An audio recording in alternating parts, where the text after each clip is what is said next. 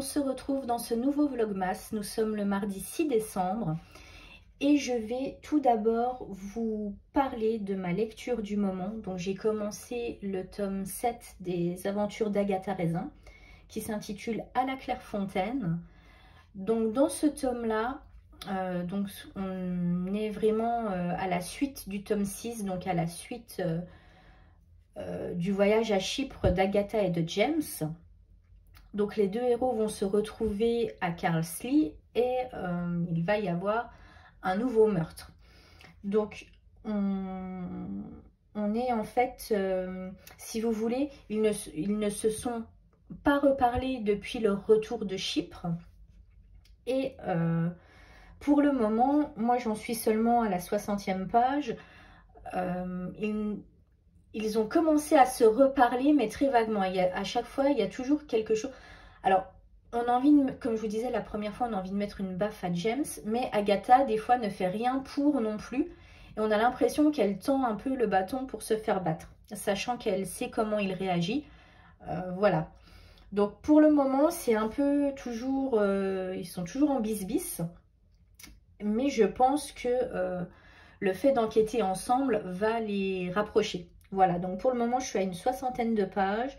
Ça se lit bien. Ils sont de retour dans leur petit village d'Angleterre.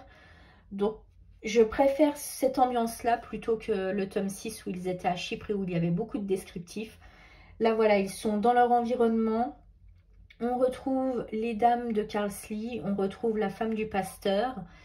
Et on retrouve aussi Roy Silver, qui était l'ancien collègue d'Agatha. Donc ça fait plaisir de le retrouver.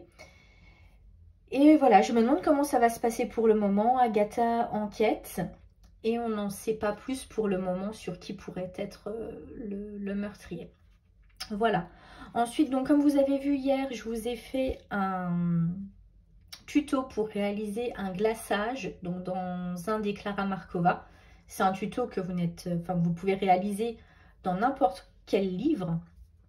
Et aujourd'hui, je vais vous montrer un tuto pour réaliser un sucre d'orge. Donc c'est à suivre à la suite de cette vidéo. Et puis moi en attendant, je vous dis à demain pour une nouvelle vidéo, pour un nouveau Vlogmas. Et je vous laisse avec le tuto du sucre d'orge. Bye! Je vous reprends donc dans un nouveau tuto. Aujourd'hui, on va mettre en couleur un sucre d'orge et on va utiliser donc 4 couleurs. Le rouge permanent, donc le PC 122, le PC 925, lac cramoisi, le PC 1060, 20% gris froid et le PC 1063, 50% gris froid. Donc pour commencer, on va alterner donc une couche sur deux, on va faire du rouge. Et on va donc utiliser le PC 122, rouge permanent. On va d'abord venir déposer une première couche donc de rouge permanent. Une couche sur deux, enfin une couche sur deux si je puis dire. Donc je vous laisse apprécier. Donc on met une première couche. On laisse une couche blanche et après on met du rouge et on va alterner comme ça jusque sur le bas du sucre d'orge. Donc vous allez voir qu'il y a une petite erreur sur la vidéo, juste après vous allez voir le résultat final. Je sais pas pourquoi en fait l'image s'est mise là et pas à la fin, donc vous allez voir tout de suite le rendu final. Je suis désolée et vous verrez le reste après. Voilà, donc là c'est le sucre d'orge terminé. Et je vais vous montrer la suite dans un instant. Donc voilà, une fois que vous avez mis votre PC 122 une couche sur deux, vous allez prendre le PC 925 lac cramoisi et vous allez venir l'appliquer en diagonale. Alors je gomme là puisque j'avais un petit peu débordé.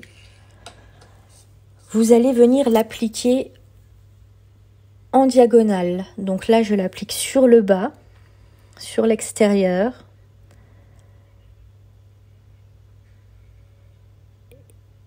Et je vais venir faire pareil, donc sur la partie supérieure, dans la diagonale.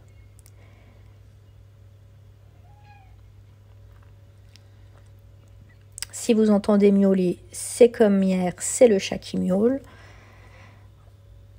Voilà, donc là on applique en diagonale et on va faire la même chose donc sur toutes les parties rouges. Donc je vous laisse voir comment je procède. Donc là il faut appuyer un petit peu plus, hein. La première couche c'était, on n'appuyait pas forcément, là il faut appuyer un peu plus. Et on reprend donc le PC 122 rouge permanent et on va venir compléter avec cette couleur sur la partie où je n'ai pas appliqué lac cramoisi. Et je vais après venir recouvrir lac cramoisi.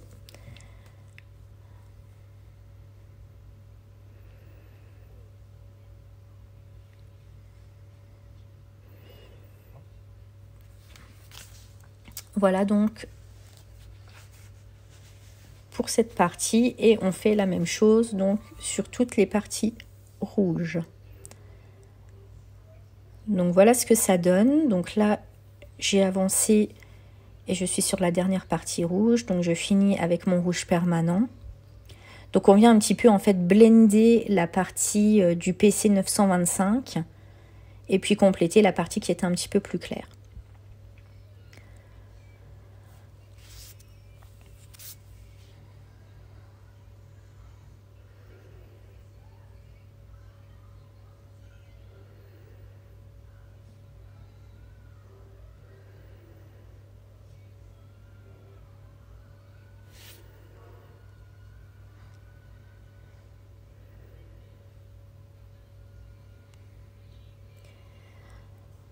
Ensuite, on va venir prendre le PC 1060 20% gris froid. Alors, il est un petit peu fendu celui-là, hein. Je l'avais reçu comme ça quand j'ai acheté la boîte de Prismacolor. Et on va venir donc sur les parties qu'on a laissées en blanc pour le moment et sur les deux parties extérieures, on va venir mettre le gris. J'espère que vous allez bien voir parce que du coup j'ai la main au-dessus.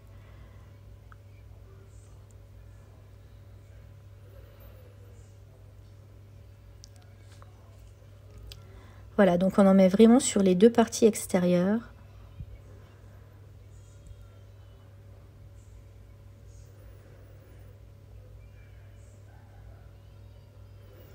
Alors il ne faudra pas hésiter, vous allez voir à quelques instants, le livre ne sera plus forcément dans la même position puisque je fais tourner le livre, hein, sinon si vous restez avec le livre droit devant vous, des fois c'est un petit peu compliqué de colorier.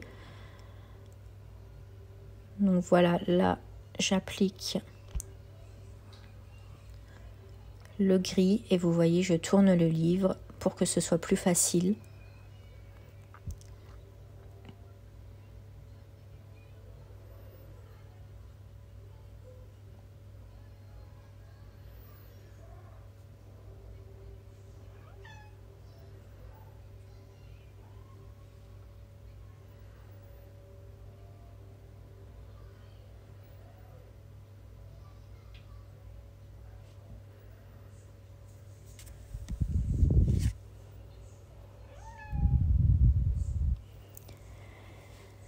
Donc je termine sur la dernière partie, donc toujours sur l'extérieur.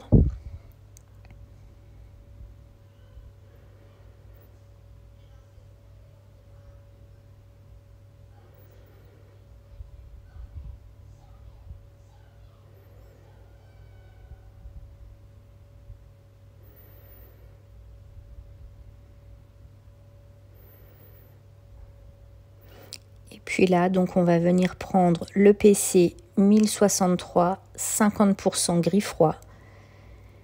Et on va venir appliquer des petites touches sur le gris plus clair qu'on vient d'appliquer juste avant. Vraiment, on n'appuie pas trop fort hein, pour pas que ce soit trop foncé.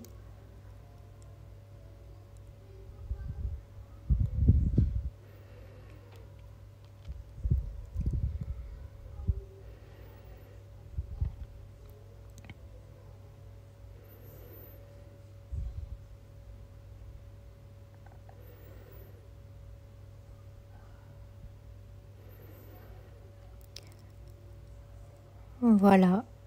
Et ensuite, donc on va venir appliquer de l'artistro. Alors là, je suis en train de le réactiver parce qu'il ne voulait pas sortir en fait. Donc j'ai eu un petit peu de mal à le faire sortir. Ça peut arriver quelquefois. Donc voilà, il faut appuyer la mine sur le papier pour faire sortir l'acrylique directement. Voilà, donc là on voit que ça ressort. Et puis on va appliquer donc des petites touches d'artistro. Donc vous pouvez le faire avec du Posca ou avec du Signo. Avec parcimonie.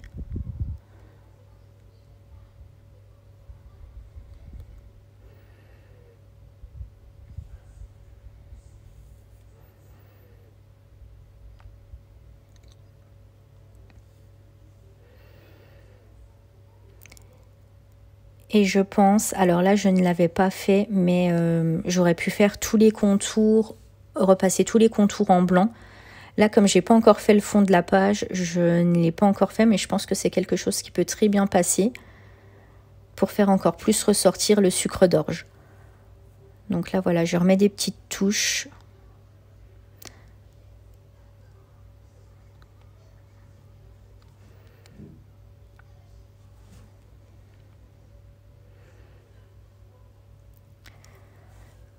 Voilà, donc je retourne le livre. Donc il ne faut pas hésiter à tourner vos livres, hein. Ça va beaucoup plus rapidement quand vous le faites. Alors là, j'ai remis une petite touche. Je suis peut-être un petit peu allée trop loin. Ça m'a un petit peu déçue, mais au final, c'était pas trop mal. Voilà, donc si vous voulez le résultat final, il est à l'avant de ce montage. Et puis moi, je vous dis à demain pour une prochaine vidéo.